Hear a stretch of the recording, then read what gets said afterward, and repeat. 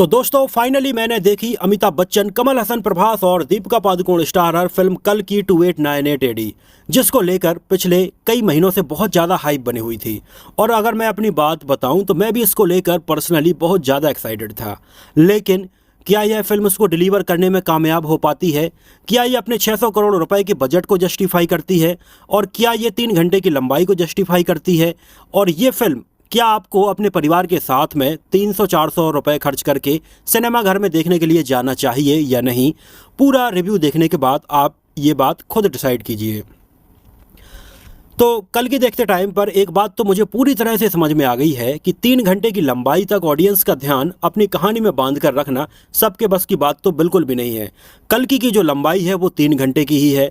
कल की 3 घंटे तक ऑडियंस को पूरी तरह से बांध कर बिल्कुल भी नहीं रख पाती है। फिल्म का फर्स्ट हाफ इतना ज़्यादा स्लो है और फिल्म की मेन कहानी से इतना ज़्यादा भटकता हुआ नज़र आता है कि आधे से ज़्यादा ऑडियंस यहाँ पर अपना दम तोड़ चुकी होती है। हालांकि फिल्म का सेकंड हाफ रफ्तार पकड़ता जरूर है। प्रभास के किरदार के बारे में भी एक बहुत बड़ा सीक्रेट रिवील किया जाता है, लेकिन फिल्म के सेकंड हाफ में यहाँ तक पहुँचते पहुँचते फिल्म का स्क्रीन प्ले पूरी तरह से बिखरा हुआ नजर आता है। तो नो डाउट ये फिल्म बहुत हाई नोट से स्टार्ट होती है, जहाँ पर महाभारत के बिल्कुल आखिरी युद्ध का सीन हमें दिखाया जाता है, जहाँ चारों तरफ लाशें ही लाशें रखी हुई हैं। श्री कृष्ण और अश्वत्थामा के बीच में यहाँ पर हमें संवाद भी देखने के लिए मिलता है। और फिल्म के स्टार्टिंग में ही महाभारत के इन सीक्वेंस को जिस तरह से दिखाया गया है, जिस तरह से इसमें CGI और VFX का यूज किया गया है, ये देखते टाइम पर ऐसा लगता है कि भाई साहब ये फिल्म तो पता नहीं किस लेवल की होने वाली है। और यहाँ से कहानी सीधा जंप लेती है 6000 साल बाद, जहाँ पर पूरी दुनिया खत्म हो चुकी है। पूरी दुनिया केवल आखिरी शहर काशी बचा हुआ है और यहाँ पर लोगों के पास में खाने के लिए खाना नहीं, पीने के लिए पानी नहीं, यहाँ तक कि सांस लेने के लिए ऑक्सीजन तक नहीं है। ये सारी चीज़ें पूरी दुनिया से कमल हसन ने, जो कि इसमें सुप्रीम यास्कन नाम के राक्षस का किरदार निभा रहे हैं, जो 200 सालों से जिंदा हैं, उन्होंने ये सारी चीज़ें छीन ली हैं। और एक उल्टा पिरामिड टाइप का स्ट्रक्चर है जिसको कॉम्प्लेक्स बोलते हैं, वहाँ पर ये सारी चीज़ें मौजूद हैं। तो 2 तरह की दुनिया हमें यहाँ पर नज़र आती है, एक कॉम्प्लेक्स के अंदर की और एक कॉम्प्लेक्स के बाहर की। लेकिन इस कॉम्प्लेक्स में जाने की किसी को परमिशन नहीं है। फिल्म की कहानी में यह सारी चीज़ें चल ही रही होती हैं कि लगभग 20 से 25 मिनट के आसपास प्रभास की एंट्री इसमें होती है। और प्रभास की एंट्री के टाइम पर ऑडियंस को लगता है कि फिल्म अब ज़्यादा हाई जाएगी, लेकिन यहाँ पर सबसे डिसअपॉइंटिंग चीज़ प्रभास ही लगे हैं। प्रभास की एंट्री के टाइम पर उनका एक फ़ाइट सीक्वेंस रखा गया था, लेकिन इस फाइट सीक्वेंस के लगभग 5 मिनट तक उनके किरदार को इतना बिल्टअप दिया जाता है। प्रभास के आसपास के खड़े हुए लोग और उनकी जो एक बोलने वाली कार है, जो बुज्जी के नाम से इसमें दिखाया गया है, जिस तरह से वहाँ पर वो कन्वर्सेशन देखने के लिए मिलता है, तो एक टाइम के बाद वो क्रिंज लगने लगता है। प्रभास का इसमें जो लुक है वो बहुत अच्छा रखा गया है, लेकिन इसमें उनकी जो डबिंग है वो प्रभास ने खुद की है। और जिस तरह से उनकी आवाज़ हिंदी में डबिंग हमें सुनने के लिए मिलती है, ऐसा लगता है कि मानो उनकी आवाज़ में बहुत ज़्यादा आलसपन नज़र आ रहा है। हालांकि प्रभास को जो हिंदी डबिंग है वो राधेश्याम और साहो के बाद में काफ़ी इम्प्रूवमेंट हुआ है, लेकिन इसमें भी ये कुछ खास इफ़ेक्टिव नहीं लग पाती है। और जिस तरह से फिल्म के फर्स्ट हाफ में प्रभास के किरदार को जो कॉमेडी वाले जोक्स या डायलॉग्स दिए गए हैं, उनके किरदार के ऊपर ये अच्छे से सूट नहीं होते हैं। और यह बात भी शायद प्रभास के फैंस को बहुत ज़्यादा बुरी लग सकती है कि फिल्म के फर्स्ट हाफ में जब प्रभास की एंट्री होती है, तब फिल्म में सबसे बड़ा डिप हमें देखने के लिए मिलता है। मतलब यहाँ प्रभास के किरदार को बिना मतलब के मस्करी करते हुए दिखाया गया है। कितने सारे सीन्स ऐसे रखे गए हैं जिनकी शायद कोई ज़रूरत ही नहीं थी। हालांकि फिल्म का सेकंड हाफ आते आते उनका किरदार थोड़ी सीरियस होता है और जब उनके किरदार के बारे में जो बड़ा सीक्रेट है वो रिवील किया जाता है, लेकिन यहाँ तक आते आते ऑडियंस, आधे से ज़्यादा ऑडियंस तो अपना इंटरेस्ट खो चुकी होती है। तो फर्स्ट हाफ में प्रभास के चाहे डायलॉग्स हों, फिल्म के चाहे गाने हों, या इसमें हमें जो सब प्लॉट दिखाया जाता है वो एकदम बेकार लगता है। लेकिन सेकंड हाफ में उनके जो सीरियस सीन रखे गए हैं उनमें प्रभास काफ़ी बेहतरीन नज़र आते हैं। इसके अलावा फर्स्ट हाफ में दिशा पटानी का भी एक 10 मिनट का सीक्वेंस रखा गया है, जिनका प्रभास के साथ में एक गाना भी हमें दिखाया जाता है। और यह देखने के बाद आपको लगेगा कि भाई दिशा पटानी के किरदार की इसमें ज़रूरत क्या थी। यह फिल्म को जो मेन स्टोरी लाइन है उसमें एक तो कोई कंट्रीब्यूशन कर ही नहीं रही थी और उसको भटकाने का काम कर रही थी। लेकिन शायद दिशा पटानी को इसमें थोड़ी ग्लैमर दिखाने के लिए ऐड किया गया होगा। लेकिन जिस तरह की फिल्म की थीम है या इसकी जो कहानी है, यह वाला ट्रैक फिल्म की स्टोरी से बिल्कुल भी मैच नहीं हो रहा था। और इससे अच्छा तो ये होता कि इस वाले ट्रैक को हटा देते तो फिल्म की जो लंबाई है वो लगभग 10 मिनट कम हो जाती। फर्स्ट हाफ का स्क्रीन प्ले बहुत ज़्यादा बिखरा हुआ नज़र आता है। उसकी लंबाई में से कम आधा घंटा तो कम किया ही जा सकता था और फिल्म की कहानी के ऊपर कोई फ़र्क नहीं पड़ता।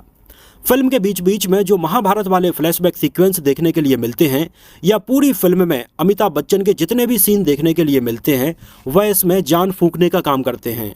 और वाकई में अमिताभ बच्चन को पर्दे पर देखते टाइम पर यह लगता है कि 81 साल के वो ज़रूर हो चुके हैं, लेकिन एक्टिंग के प्रति उनका जो पैशन है वो साफ साफ नज़र आता है।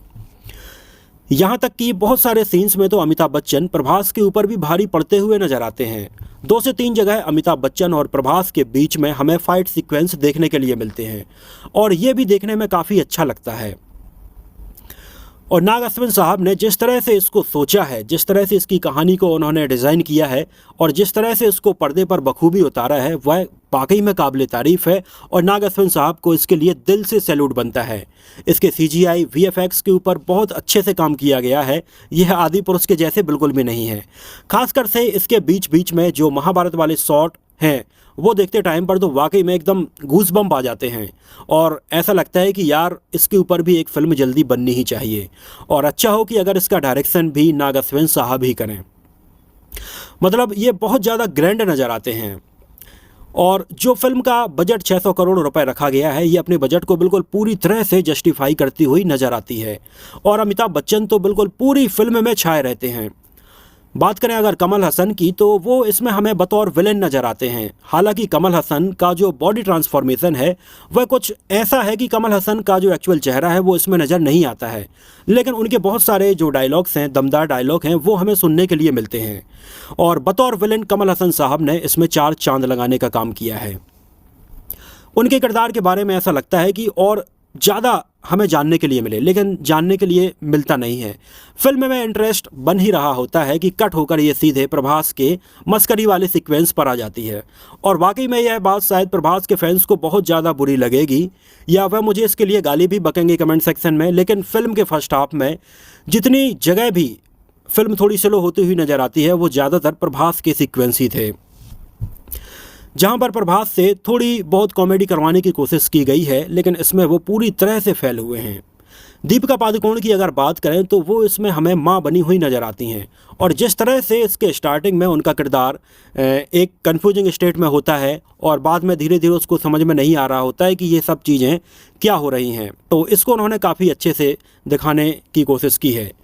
कमल हसन के राइट हैंड के तौर पर बतौर विलेन हमें शाश्वत चटर्जी नज़र आते हैं, जिनके भी फिल्म में अच्छे खासे सीन रखे गए हैं। लगभग 20 मिनट के आसपास उनके सीन रखे गए हैं, लेकिन शाश्वत चटर्जी उतना इम्पैक्ट इसमें नहीं डाल पाए हैं। ये अलग बात है कि वो एक बेहतरीन अभिनेता हैं, लेकिन इसमें वो इम्पैक्ट डालने में नाकामयाब हुए हैं। चाहे उनके जो डायलॉग्स दिए गए थे वो इतने पावरफुल नहीं थे, मतलब उतना कुछ खास मज़ा नहीं आया।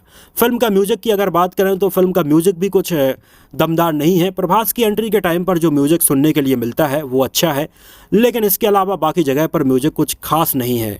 हिंदी डबिंग में तो एक भी गाना ऐसा नहीं है जो फिल्म देखते टाइम पर या फिल्म के बाद आपके साथ रह जाए या कोई इसको गुनगुनाता हुआ नजर आए।